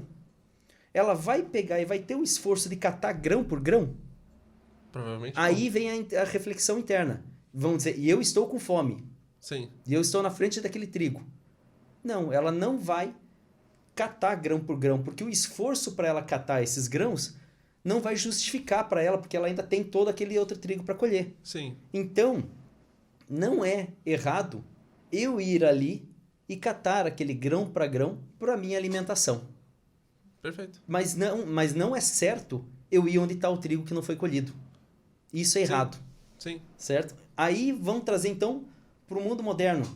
Você está andando na rua e você acha R$5, R$10 no chão. Você vai ficar atrás da pessoa que perdeu esse dinheiro? Não. Porque essa pessoa, naturalmente, ela não vai estar procurando esse dinheiro desesperadamente. Sim. Mas se você acha ali, por exemplo, a carteira da pessoa, com dinheiro, com uma conta, com tudo, com documento, você vai ficar com esse dinheiro só porque você achou? Não. Você tem que achar a pessoa e devolver para ela. Porque ela vai sentir falta, aquilo vai fazer falta para ela. Então, é isso que a Talmud faz. E é isso que é muito legal. Então, quando eu preciso de conselho, eu abro ali e vou lendo. Porque ali são 613 mandamentos. É bastante coisa. E sempre vai ter alguma coisa que vai se encaixar. Principalmente em momentos de decisões na empresa que eu tenho que tomar, da minha vida. Eu pego, vou lendo ali, vou refletindo e aquilo ajuda demais. Aí é só interpretar e trazer pro teu mundo. Exatamente. Perfeito. Ô Marcelo, mas eu ainda não entendi. Como é que tá esse mercado? Entramos nessa história. Não, o mercado agrícola não podia estar melhor, né? Sim. O preço do dólar alto, para nós é muito bom. Vende em dólar? Porque vende em dólar, né? Provavelmente são poucos que sabem, mas a soja, o milho, o trigo são commodities e o valor delas é precificado pela Bolsa de Chicago, pela Cbolt, em Chicago. Sim. Né? Então, é lá que define o preço da soja, não é no Brasil. Né? O Brasil é igual ao petróleo, né? São cotações internacionais. Então, para nós está muito bom. A China, a Índia continuam crescendo, os Estados Unidos continuam crescendo, demanda por proteína animal. Então, quando a gente fala, mas soja, mas quem come soja, né? Não é para fazer molho de soja, gente. Pelo amor de Deus, né? Haja shoyu, né? Haja shoyu. Haja carne de soja. Haja carne de soja. Haja vegano. Não é para veganos, tá? Soja, milho, o próprio trigo. Porque o trigo brasileiro ele não é um trigo de qualidade para panificação. Por isso que nós somos dependentes de trigo da Argentina, né? É a mesma coisa do petróleo, tá? A galera, o Brasil produz pré-sal, o petróleo do Brasil, ele é pesado. Ele é um petróleo pesado. Ele é para terceiros, tipo para plástico, até batom. Eu fui descobrir há pouco tempo que é usado petróleo para fazer batom da mulherada. Borracha. Mas para gasolina tem que ser o do Oriente Médio. Exato. Que é o petróleo leve. Então tem isso aí. E aí o mundo, pensem só, a China, 1,5 bilhão de pessoas. Ela crescendo a 7 agora com a pandemia, ela diminuiu um pouco, né? 6%. Ao ano, né? Ao ano. Mas assim, crescendo a proporções alarmantes como essa, de 6, Passos 8, largos. assustadora, né? A 1,5 bilhão de pessoas. Ou seja, 1% de chineses pobres que passam para a classe média e eles têm condição financeira de comprar um bife por mês, o Brasil não teríamos que matar todo o nosso rebanho para alimentar essa nova demanda de carne. Sim. Então, é natural. Os países estão crescendo, estão enriquecendo. Naturalmente, as pessoas desejam consumir mais proteína animal. E aí, esse animal tem que ser alimentado. E não é na pastagem. O Brasil ainda é um grande fornecedor de carne orgânica. Né? Tem muita terra aqui, né? A nossa carne ainda é muito de pastagem, né? Mas quando você fala em Europa, Estados Unidos, a própria China, porcos, frango. O Brasil, porco e frango é tudo criado em cativeiro, né? Sim. E aí demanda de ração, e a ração é composta de soja e de milho. Ou seja, nós plantamos proteína vegetal para fazer proteína animal. Então é para isso que serve essa soja e esse milho. E aí, essa demanda não vai diminuir. Né? Do jeito que está indo, só vai aumentar. Então, naturalmente, os preços das carnes vão subir, e inevitavelmente vai subir. Né? A carne vai ficar cada vez mais um produto para o brasileiro, infelizmente, mas vai ser um produto mais elitizado. né? Vai ser para quem tem condição de pagar, porque se o mercado internacional está pagando mais, essa carne vai para fora e a que sobra aqui vai ficar cada vez mais cara. Ou seja, eu vou vender em dólar ou vender em real? É claro. Basicamente é isso, é a pergunta. É isso aí. Quem está pagando mais? Livre mercado é isso, você vende para quem está pagando mais. Ou vai lá na Argentina, que eles fecharam a exportação de carne, um absurdo total. Estão destruindo o país, mas é a forma que eles pensam, né? A Argentina também está um caso à parte, né? Então, a agricultura brasileira só tem a crescer. E quando a gente fala em agricultura, o pessoal sempre pensa, a destruição da Amazônia, né? Sim. Ai, meu Deus, isso aí me dá até uma dor de barriga, gente. Pelo amor de Deus. Não, olha, é uma questão de não entender a agricultura e uma questão até mesmo de geografia. Né? Falta um pouco de escola, eu acho, né? Essas pessoas que falam esse tipo de asneira. Se você olhar no mapa, num atlas, né? Ou entrar no Google, faz um Google. Você vai olhar ali Mapa Mundi, você vai olhar Brasil, América do Sul e vai olhar a África, né? Todo mundo já fez isso. Mas faça com outra visão. Olhe o paralelo que está cruzando a Amazônia, aonde ela vai cruzar do outro lado do Oceano Atlântico. Deserto do Saara. Exatamente. Deserto do Saara. Imagina. Então, ou seja, a Amazônia, por que ela é Amazônia e não é um deserto como é um deserto do Saara? Porque as condições climáticas são as mesmas. Por 2 fatores. A areia do deserto é soprada para a Amazônia. Então, quem fertiliza a Amazônia é o deserto do Saara. Não sabia disso. O vento sopra de lá e fertiliza a Amazônia. Ou seja, a areia do deserto do Saara cruza o oceano e cai na Amazônia. Sim. Porque ele não consegue transpassar a Cordilheira dos Andes. E é por conta da Cordilheira dos Andes que represa a umidade do oceano e vira as chuvas. Então você tem essas 2 características. Você tem a fertilidade, que é a areia do deserto que vem, e você tem a água, que a cordilheira impede. Sim. Mas isso gera o inverno e o verão que tu mencionou antes. Sim. Qual é a diferença? Chuva e seca. Exato. E quando é chuva é água. Muita água. Muita água. E o que essa água faz? Lava o solo. Sim, deixa então, preparado. Falando um pouco de solo, poucas pessoas sabem disso, mas quem faz agronegócio ou parte agrícola, agronomia. Quanto é necessário para formar 1 centímetro de solo fértil? Quanto tempo é necessário? Faço a menor ideia. 1000 anos. 1000 anos? 1000 anos para você produzir 1 centímetro. 1 centímetro de solo fértil. E quanto... Como a Terra tem bilhões, nós temos muito, né? Temos muita terra fértil. A Amazônia é lavada todos os anos. Então ali... Por causa das chuvas? Por causa das chuvas. Ali é areia. Ali é deserto. Sim. Se você derrubar a Amazônia, você vai fazer um deserto. Você planta em deserto? Não planta em deserto. Então, quando o pessoal fala, não, porque a agricultura está destruindo a Amazônia. Não. O que destrói a Amazônia é a a indústria ilegal de madeira. Legal. É a indústria de madeira, porque nem metais preciosos, quando você fala em veio de ouro, estamos falando de um pedaço, isso contamina as águas. Aí realmente ferra tudo, ferra geral. Isso sim. Né? Mercúrio. Mas a questão de desmatamento é madeireira. E na tua casa, madeireira. E tirando essa mesa linda aqui, essa mesa é bonita, madeira de lei aqui, mas isso aqui, por que está aqui? Porque é algo tão nobre para nós brasileiros que realmente tem que estar em destaque. Exato. Mas para onde vai toda essa madeira? É uma boa pergunta. Para Estados Unidos, Europa e China. São os países que compram. Oriente Médio, Estados Unidos, Europa e China. Principalmente Europa. A França lá, fala lá o Sarkozy, levou um tapa na cara agora. Levou um passo na cara. Olha, inocente, foi cumprimentar o manifestante. Meu Deus.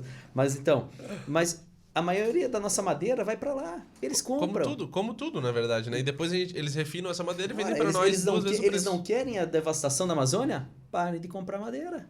Exato. Se não tiver para quem vender, você vai derrubar para quê? Você vai gastar diesel na motosserra, vai gastar caminhão, vai carregar, vai ter todo um esforço. Para quê? Se não vai ter comprador do outro lado. Começa a ficar inviável o negócio. Então, sabe, é uma hipocrisia muito ampla. É uma hipocrisia global. E aí, pessoas desinformadas que não querem se aprofundar no assunto, acabam para fazer um postão lá, para marcar numa mensagem, num tweet igual lá qualquer, falam qualquer tipo de asneira. Famosos leitores de manchete. Do título, né? Só da manchete. O cara que lê só a manchete, ele não lê o conteúdo do negócio. Isso é fantástico. Aí você entra na Amazônia Legal, né? Pô, a Amazônia Legal, se você olhar, daí voltando para a geografia, por isso que eu falo tanto da educação, né? Sim. Se você olhar o Brasil tem nós temos a Bacia Amazônica e nós temos a Bacia do Prata. Sim. Né? Que é o do Rio Paraguai e tudo mais. Então, o Brasil é dividido no meio. E aonde que é dividido? Mato Grosso, na altura ali de Lucas do Rio Verde, Sinop, Sorriso, naquela região, metade dali a água vai para cima, vai para a Amazônia, e outra metade vem para baixo, que vai fazer o Rio Paraguai, Rio Uruguai, ali o Mar del Plata, né? Sim, e tudo mais. Então, se você olhar isso aí, você tem parte de cerrado, cerradão, né? E aí, essa parte da Amazônia Legal, tudo que é da bacia amazônica é considerado como Amazônia. Pô, mas ali você entra no Mato Grosso, ali você entra no Tocantins, ali você entra em Goiás, ali você vai até o Piauí. Piauí tem parte do Piauí que é considerado Amazônia Legal. Você vai lá para Maranhão, você vai para o sul da Bahia, para o norte da Bahia, ali, Luiz Eduardo Magalhães, você vai lá para o Pará, né? Então, claro, tem áreas ali que são cultivadas. Sim. Que serve para passar, serve para agricultura, serve para tudo. Né? E aí, nesses pontos, você está vendo isso. Mas não é a floresta amazônica. Sim. É na Amazônia Legal. Então, muitas vezes as pessoas estão focando lá na girafa da Amazônia, né? Que estava pegando fogo. a girafa da Amazônia. A girafa da Amazônia. Mas elas não estão entendendo que o problema, muitas vezes, está sendo lá no Maranhão. Sim. Lá no Maranhão. Não tem nada a ver com o estado de Manaus. A Amazônia é muito grande, né, cara? A Amazônia é muito grande. Ela cobre muito espaço. A Amazônia é maior do que muito país, né? Exato. Porra, uma coisa enorme. Então, assim, essa questão geográfica, eu adoro isso, né? Então, sim. E eu vivo isso, que eu estou sempre visitando as concessionárias, não agora por causa da pandemia, mas antes disso eu sempre estava na estrada, nas concessionárias em todos os estados. E a situação é assim, ó, o Brasil produz, resumindo isso, né? O Brasil hoje produz 6% da sua área é destinada à agricultura. Sim. 6%. 6% para agricultura de grãos. Eu acho que 8% é destinado para cana-de-açúcar. Então aí nós temos 6, 8, deu... 14. 14%. Cana-de-açúcar para fazer cachaça. É bom também. Tudo. Mas dá-lhe cachaça, hein? Álcool também. Força de cachaça. Mas é mais para movimentar o carro. E isso é bem legal também de falar. Isso é agronegócio. Álcool, né? Sim. O Brasil é o grande produtor de álcool. Aí vem o pessoal... O Elon Musk, né? O pessoal adora. O brincalhão dos bitcoins, né? O cara que quebra o mercado. Que balança tudo. Balança tudo. O pessoal fala, não, porque tem que ter carro elétrico, porque esses combustíveis fósseis, poluição. Sim. Gente do céu. Vocês acham que a bateria vem da onde? Exato. E depois, quando essa bateria ela deixa de ser útil, ela vai para onde? Falam tanto do mercúrio que jogam nos rios lá na Amazônia porque estão tirando ouro, e todo aquele material tóxico que está naquelas baterias desses carros elétricos vai para onde? Se não para o lençol freático, se não para a água que vocês vão beber? Até para o espaço jogam. Eu vi um negócio falando assim, será que os carros verdes são realmente verdes? Não são. Esse é o ponto. Tem estudos, e aí que é legal, o carro elétrico ele é tão poluidor quanto o carro a diesel. Ele é tão poluidor quanto, porque não é no tempo que está usando, mas é para produção e o descarte. Se você levar a questão de poluição, de descarte das baterias, é algo monstruoso. Sabe qual é o carro, qual é o motor mais ecológico do mundo? O álcool. Acredito. Não é estudo. Por quê? Sim.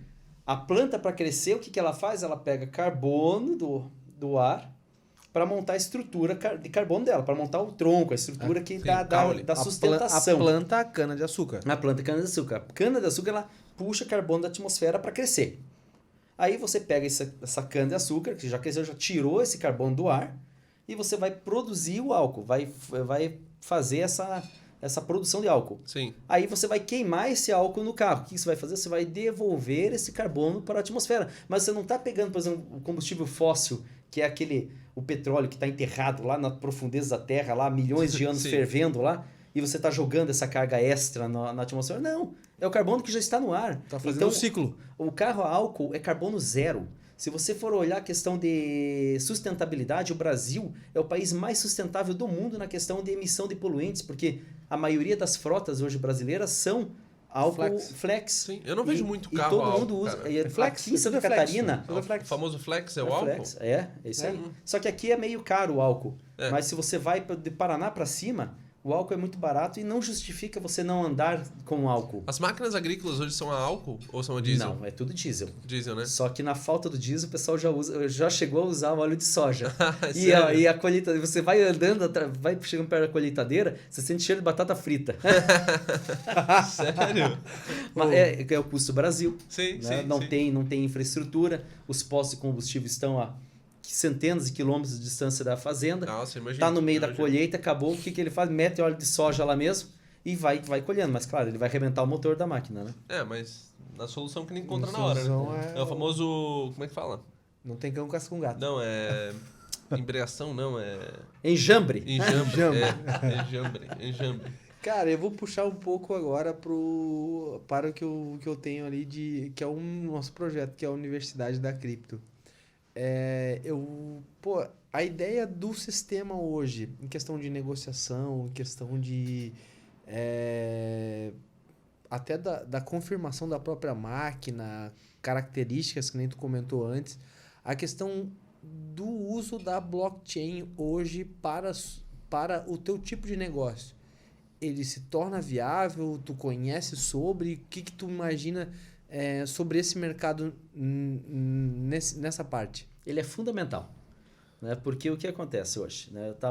O mercado de venda online ele vem crescendo exponencialmente no Brasil. Sim. E no mundo, mas no Brasil principalmente, por conta da pandemia, as pessoas se obrigaram a comprar mais eletronicamente e é um caminho sem volta. As reuniões vão ser cada vez mais virtuais. Nossa, isso facilitou muita coisa. Videocast como esse que nós estamos fazendo vai ser um meio de comunicação. Sim. Né? Ou seja, onde a pessoa está no celular, está no supermercado, está no banheiro, está no ônibus, em qualquer lugar ela está assistindo, assiste depois um pouco. Então, ou seja, a questão mundial, comercial do mundo mudou. Né? É um processo que ia levar 50 anos e por conta da pandemia acelerou. E agora não tem mais volta. Só que, com todos os benefícios da venda online, também vem os problemas. E o problema que a gente tem maior é fraudes e golpes. Eu ia falar da segurança. Muito, muito problemático. Para vocês terem uma ideia, hoje, em média, surgem 2 sites falsos de leilão por dia no Brasil. Sério? Tudo isso? Por dia. Leilão de qualquer coisa daí. Vendendo carro, vendendo máquina agrícola, vendendo de tudo. E é um problema. E eles usam a bandeira do Banco do Brasil, usam o nome de seguradora. Já usaram o nosso nome. Já colocaram leilão usadão, só que falso. Né? Então, é um problema. E como é que a pessoa consegue, hoje, ela consegue se resguardar desse risco? Ela tem que pegar e ter acesso ao leiloeiro. E aí é importante. Voltamos à questão do leiloeiro, de como ele é importante, porque o nome do leiloeiro e os dados dele, telefone, e-mail, tudo, estão na junta comercial onde ele é homologado. Igual no caso Rubens, aqui na Junta Comercial de Santa Catarina. Sim. A pessoa que está vendo o leilão e esse leilão está usando o nome do Rubens, tá lá, leiloeiro Rubens Henrique de Castro. O que ela vai fazer? Liga para ele. Vai ligar para ele. Mas vai ligar pelo número que está no site? Não. Ela entra na Junta Comercial, vai ter lá um campinho lá, leiloeiros oficiais, é bem simples. Clicou lá, achou o nome do Rubens, vai estar o telefone dele, vai ligar. Ô Rubens, você está fazendo o leilão dessa empresa aqui... sei lá, vou pegar seu dinheiro e não vou devolver? Aí ele fala, não, eu não estou fazendo, eu não sou leiloeiro dessa empresa, isso é um leilão falso. Sim. Então, é o único caminho hoje seguro para a pessoa não cair em golpe. Ou, claro, já conhece os leilões que estão aí no mercado, tudo mais. Uma pessoa que está entrando hoje, que não conhece, é só esse caminho. Se não tem leiloeiro, ela está andando num universo totalmente... à margem, tiro escuro, um tiro às cegas. Então, é perigoso. O que acontece com o blockchain? Né? E aí, a gente já vai fazer 2 anos que nós estamos implementando toda a nossa sistemática. Primeiro que a gente está saindo de site, porque site hoje é uma situação de risco. Né? Como eu falei, todo dia, 2 novos sites falsos no Brasil. Né? Então, não dá. A gente está indo para aplicativo. Então, quem quiser comprar conosco, quem quiser participar dos leilões, vai ter que baixar o aplicativo no celular. O Itaú, bancos, hoje em dia, todo mundo é com aplicativo. Por quê? A segurança, a linguagem do aplicativo, ela é maior. Por alguns motivos. A programação ela é mais segura. É mais caro desenvolver aplicativo do que site. Muito mais caro. Sim, então, o golpista, o salafrário, ele não vai gastar o dinheiro para desenvolver o aplicativo. Vai desenvolver um sitezinho de R$1.000 ali e vai tentar enganar os outros. O aplicativo, para ele entrar dentro das stores, seja da Apple, seja da Android, ele é checado. Sim. Então, existe essa checagem que em site não há. Então, existe uma série de ferramentas de segurança que o aplicativo se torna uma ferramenta muito mais segura do que um site. Por isso que nós estamos indo para o aplicativo. Ano que vem, nós vamos daí passar para a terceira fase dessa modernização da nossa plataforma. Primeira fase foi criptografia de ponta a ponta. Segunda fase foi a migração para os aplicativos, que nós estamos nela. E a terceira fase é o blockchain. E aí, por que o blockchain? O pessoal fala, criptomoeda e tal. Mas não é só isso. É que o blockchain, ele te dá rastreabilidade. Então, exatamente, você consegue rastrear um processo do começo ao fim e toda a interferência que há, ele fica marcado ali para sempre. Único. Imutável. E aí, para leilão, não tem segurança maior, seja para concessionário, seja para o comprador, seja para a empresa que está oferecendo. Para o comitente, que é o concessionário, ele vai ver o processo inteiro, de cabo a rabo, da venda daquela máquina dele. Então, uma questão de compliance, uma questão de auditoria para um banco, para uma seguradora, para uma empresa, um banco, por exemplo, que tem os ativos dele, ele tem que vender. Uma empresa que oferece um sistema em blockchain, onde você tem a rastreabilidade do processo inteiro, onde o gerente daquele departamento não vai precisar ser a mulher de César, como falamos anteriormente, é uma maravilha, porque a segurança dele está ali. Né? Se houve alguma coisa errada, não foi por culpa dele, porque o processo está ali, detalhado. Para o comprador, né, existe essa questão da segurança maior, né, de ser mais robusto, de ser mais estruturado. Nós conseguimos daí ter essa auditoria de todo o sistema através do blockchain com mais facilidade. E, no nosso caso, né, para a empresa como nós, a grande vantagem é que acabou aquela história de que não fui eu que dei o lance. Fato, né? Exato. Porque a pessoa ela entra ali, ela dá um lance ali de qualquer jeito e ela fala, não, mas não fui eu. Hoje nós temos até, a gente consegue pegar o IP do celular, mostrar, mas ainda assim é questionável na justiça. A gente tem que levar até a justiça, é uma coisa mais complexa. Não fui eu que apertei o botão, não fui eu que fiz tal coisa, fui instruído a apertar o botão. Sei lá. No blockchain acabou isso. No blockchain, porque tá ali a marca do celular dele, no momento que ele fez. Então ali acabou.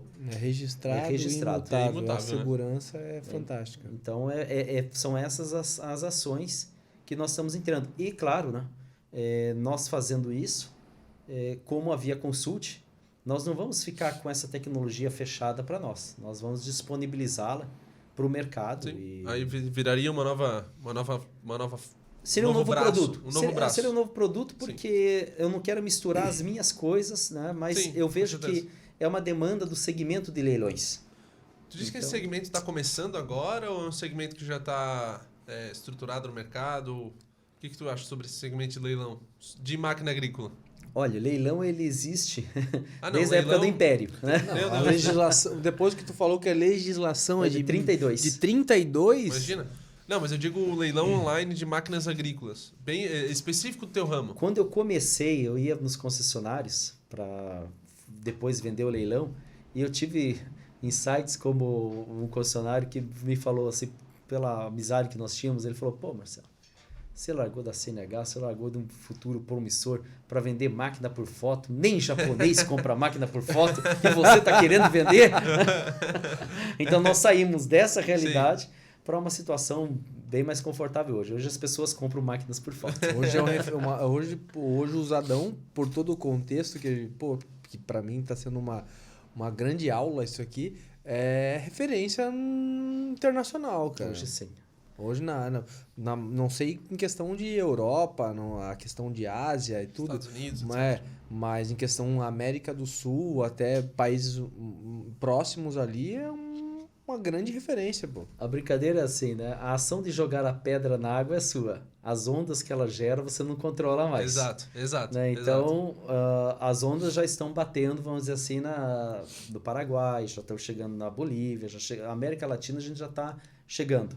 Mas eu acredito que muito em breve a gente vai chegar no Canadá. É um mercado que me interessa. E os Estados Unidos? Estados Unidos não, porque a legislação americana não permite a entrada de bens usados que são fabricados lá. Não permite? É uma questão Mas de legislação. Como seria isso? Se o produto é fabricado lá, não é que não permite, mas a carga tributária para você levar um produto usado para dentro dos Estados Unidos é muito alta. Então inviabiliza. Entendi. Hoje a logística... Tu não faz parte da logística, por exemplo. Tu faz o intermeio de o cara que quer comprar e o cara que quer vender. Ele é a flechinha do meio. Isso. A logística fica a responsabilidade do comprador. Mas eu tenho... são duas empresas que elas prestam serviço para as fábricas, para levar os novos até as concessionárias. Sim. E aí eles voltam vazios. E aí eu contrato o serviço de frete retorno deles.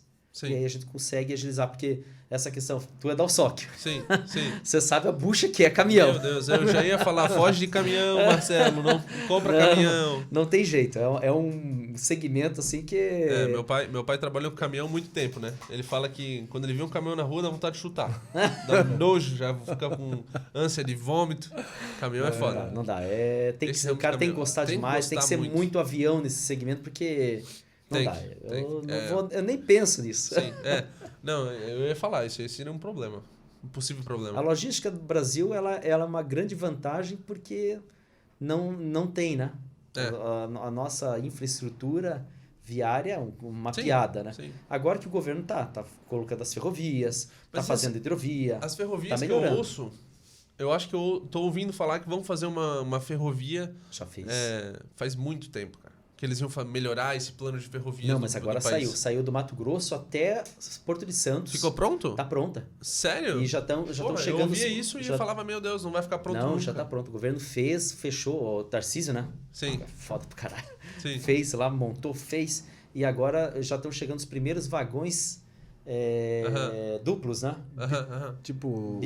Bitrem. Bitrem? Como se fosse bitrem. Então, de vagão, um em cima do outro. De altura. Porque um trem hoje, ele, sei lá, comporta... Uma locomotiva comporta, sei lá, quantos vagões? Não, infinitos. É uma loucura. Quantos cara quiser puxar, ele puxa. Eu não tenho esse número exato, mas eu tenho assim... Deve ter um limite.